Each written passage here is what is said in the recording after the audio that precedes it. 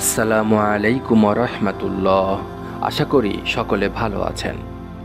আমরা প্রায়ই দেখি ন্যায়পরায়ণ আল্লাহভীরু ও ভালো মানুষেরা জীবনে নানা রকম কষ্টের সম্মুখীন হয়।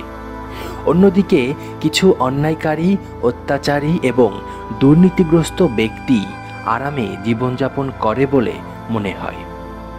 এতে অনেকের মনে প্রশ্ন জাগে, আল্লাহ কি ভালো মানুষদের কষ্টে রাখেন? এটা কি অবিচার? আসলে ইসলামের দৃষ্টিতে দুনিয়ার জীবন একটি পরীক্ষা।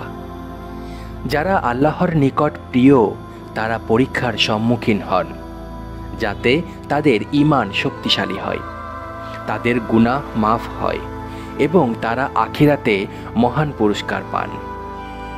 প্রিয় দর্শক, আসুন কুরআন ও হাদিসের আলোকে এই বিষয়টি গভীরভাবে আলোচনা করি।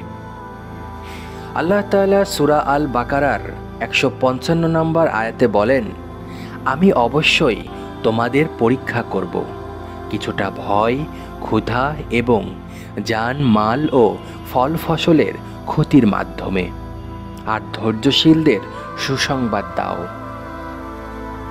এই আয়াত থেকে বোঝা যায় যে জীবন হলো একটি পরীক্ষা। মানুষকে বিভিন্ন কষ্ট, দুঃখ, ধন সম্পদের অভাব, অসুস্থতা, প্রিয়জন হারানো ইত্যাদির মাধ্যমে পরীক্ষা করা হয়। রাসূলুল্লাহ সাল্লাল্লাহু আলাইহি ওয়াসাল্লাম বলেছেন, যখন আল্লাহ কারো মঙ্গল চান তখন তিনি তাকে পরীক্ষার সম্মুখীন করেন। অর্থাৎ ভালো মানুষের জন্য কষ্ট পাওয়া মানেই তা শাস্তি নয়, বরং এটি আল্লাহর ভালোবাসার নিদর্শন। আল্লাহ যাদের সবচেয়ে বেশি ভালোবাসেন তাদের মধ্যে সবচেয়ে বেশি কষ্ট ও পরীক্ষার সম্মুখীন হয়েছেন নবীগণ। রাসূলুল্লাহ সাল্লাল্লাহু আলাইহি ওয়াসাল্লাম বলেছেন, মানুষের মধ্যে সবচেয়ে বেশি পরীক্ষার সম্মুখীন হন নবীগণ, তারপর যারা তাদের অনুসরণ করেন তারাও পরীক্ষার সম্মুখীন হন। নবী আইয়ুব আলাইহিস সালাম, তিনি কঠিন রোগ ব্যাধিতে আক্রান্ত হয়েছিলেন, দীর্ঘ সময় রোগাক্রান্ত ছিলেন, সম্পদ ও পরিবার পরিজন হারিয়েছিলেন, কিন্তু তিনি সবর ও আল্লাহর ওপর ভরসা রেখেছিলেন। পরবর্তীতে আল্লাহ তাকে সুস্থতা, সম্পদ ও পরিবার ফিরিয়ে দিয়েছিলেন। মুসা আলাইহিস সালাম, তিনি ফেরাউনের অত্যাচারের বিরুদ্ধে লড়াই করেছেন, বহু কষ্ট সহ্য করেছেন। আমাদের প্রিয় নবী হযরত মুহাম্মদ সাল্লাল্লাহু আলাইহি ওয়াসাল্লামের জীবনী হয়তো অনেকেই জানেন। তিনি শৈশবেই পিতামাতা হারান। মক্কায় দাওয়াত দেওয়ার কারণে প্রচণ্ড নির্যাতন সহ্য করেন। তায়েফে গিয়ে চরম অবজ্ঞা ও আঘাত সহ্য করেন। উহুদের যুদ্ধে রক্তাক্ত হন। প্রিয়জনদের মৃত্যুতে গভীর কষ্ট পান। এসব পরীক্ষার মাধ্যমে আল্লাহ তার নবীদের ধৈর্য ও দৃঢ়তা বৃদ্ধি করেন এবং তাদের মর্যাদা বাড়ান। হযরত ইব্রাহিম আলাইহিস সালামকে তার পুত্রকে কুরবানি দেওয়ার মাধ্যমে বিশাল পরীক্ষা গ্রহণ করেন। অনেক সময় আল্লাহ বান্দাকে দুঃখ কষ্ট দিয়ে তার গুনাহ মাফ করে দেন। রাসূলুল্লাহ সাল্লাল্লাহু আলাইহি ওয়াসাল্লাম বলেছেন, মুসলমান যখন কোনো দুঃখ, কষ্ট, চিন্তা, বিপদ বা উদ্বেগের সম্মুখীন হয়, এমনকি যদি তার একটি কাঁটাও লাগে, তাহলেও আল্লাহ তার কিছু গুনাহ ক্ষমা করে দেন। অর্থাৎ ভালো মানুষদের কষ্ট হলে তারা পাপমুক্ত হন এবং তাদের হৃদয় আরও বিশুদ্ধ হয়।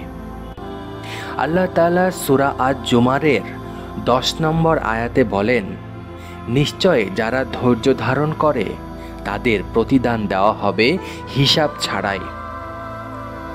রাসূলুল্লাহ সাল্লাল্লাহু আলাইহি ওয়াসাল্লাম বলেছেন, যে ব্যক্তি দুনিয়ায় বেশি কষ্ট পেয়েছে, কিয়ামতের দিন তাকে জান্নাতে একবার ডুবানো হবে, তারপর বলা হবে, তুমি কি কখনো কোনো কষ্ট দেখেছিলে?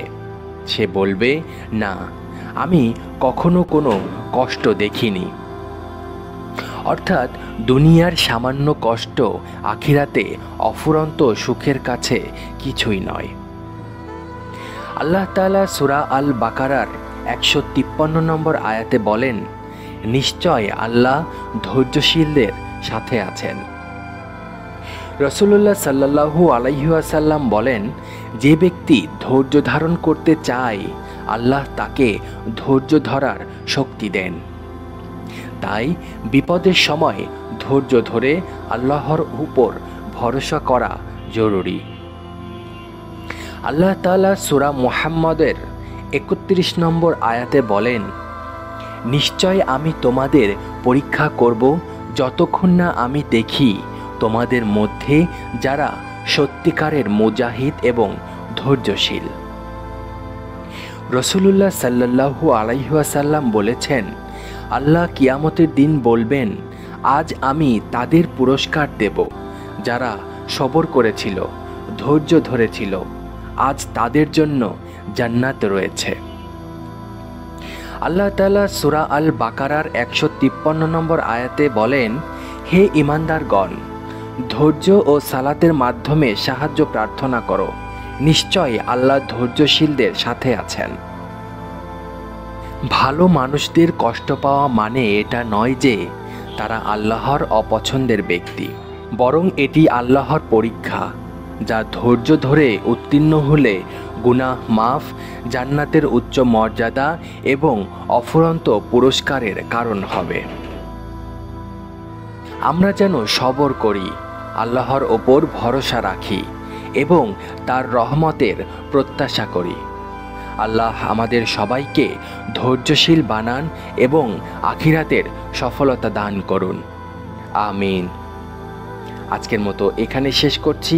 দেখা হবে পরবর্তীতে নতুন একটি ভিডিও নিয়ে। সেই পর্যন্ত সবাই ভালো থাকবেন, সুস্থ থাকবেন। আল্লাহ হাফেজ।